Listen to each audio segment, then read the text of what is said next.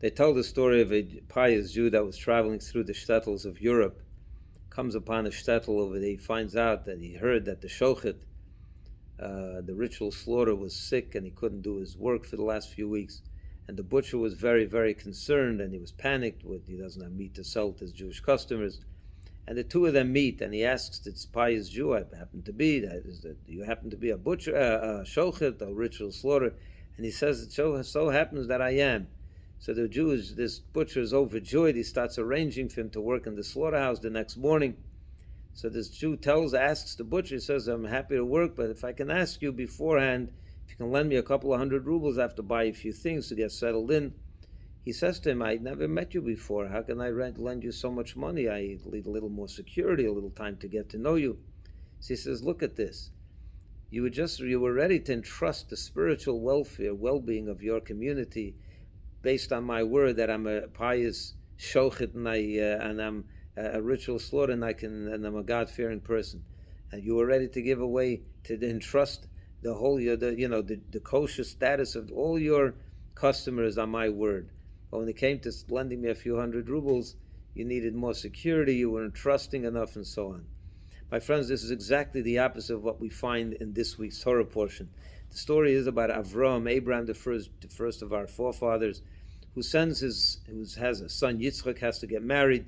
He tells his servant to find his son Yitzchak a nice, good wife, and he writes him a document where all his fortune, his whole estate, goes over to the ownership of Yitzchak, and he gives it to his servant Eliezer to take with him. He entrusts the whole thing in his hands, and then he administers an oath to him, and he says, I want you to promise me that you will not take a girl for my son, from the daughters of the Canaanites, or from other, nations that are not that are not moral and so on. I want you to take a specific girl. And he makes him take an oath. And it's interesting to note that with his money, his estate, he just writes a document and he gives it to his servant, and he entrusts it to him to be in charge of it without an oath, without any security, without any witnesses or lawyers or anything.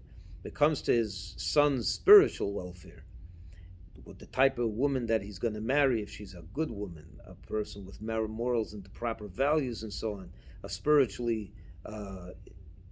person who's spiritually inclined and so on, that he makes his servant take an oath. Over there he wants extra security. And this is a lot of times the opposite of the way we think. It's a question of priorities. Where's our priorities? In our life, when it comes to money, we need lawyers, we need documents, we need signed witnesses, notaries, and all kinds of things to make sure that everything is proper, the dotted line is signed the way it should be, and everything is 100%. When it comes to the spiritual welfare of our children, our future, we're not so careful. Over there, we don't need security, we don't need witnesses, we don't need documents, lawyers, or attorneys, or anything. We just trust. We trust that they'll be fine. We don't put in the effort that we need to put in. And especially when it comes to marriage, which is the subject of this week's portion. When you marry, when you look for a shidduch for your son, for your daughter, now the young today are not interested in a shadchan, a matchmaker, to help them out with a shidduch. They want to find it on their own, wherever it is, and so on.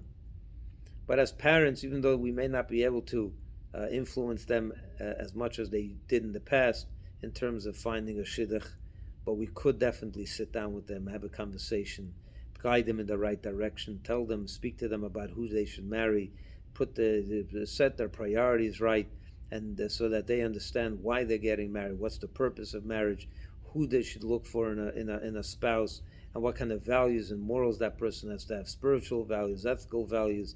Those are the things that we need extra security, because at the end of the day, that's our legacy. That's what we're leaving behind. And that's really what we're taking with us when we go back up. When we go back up to our Maker, we don't take our money, we don't take our possessions, as we all know. We do take our legacy, we take our good deeds, we take what we left here in terms of children, grandchildren, the values that they live. So we have to prioritize right.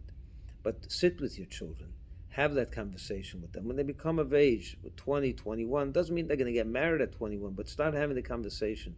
Start putting some securities in place that they should do the right thing eventually. And don't wait till they're old and they're already set in their ways. This is a new crisis in the Jewish world today, by the way, singles. A lot of people not getting married. Why is that? Because they have to have their career set before they get married. In other words, they want their financial, like this Jew and like that butcher. When it came to the money, he didn't trust. That he needed to establish, to make sure everything was well, spiritual welfare of the community. This guy's word was enough for him. That's not the way it works. We have to instill in our children the right priorities, the right way to look at things. And that's probably why we're in such a crisis today with marriage. So many people are not getting married because they have their priorities wrong.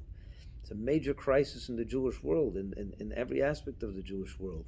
And that's because parents are neglecting to direct their kids when they're young adults. It's very important to talk to them then, to have that conversation when they go off to college, who they should meet in college, who they should not meet in college. And that's the security you need more than any other security. Get a lawyer for your will and estate, but make sure you get a double lawyer, a double security when it comes to the estate of the spiritual estate of your children and grandchildren to come. May you have a good Shabbos and a wonderful week.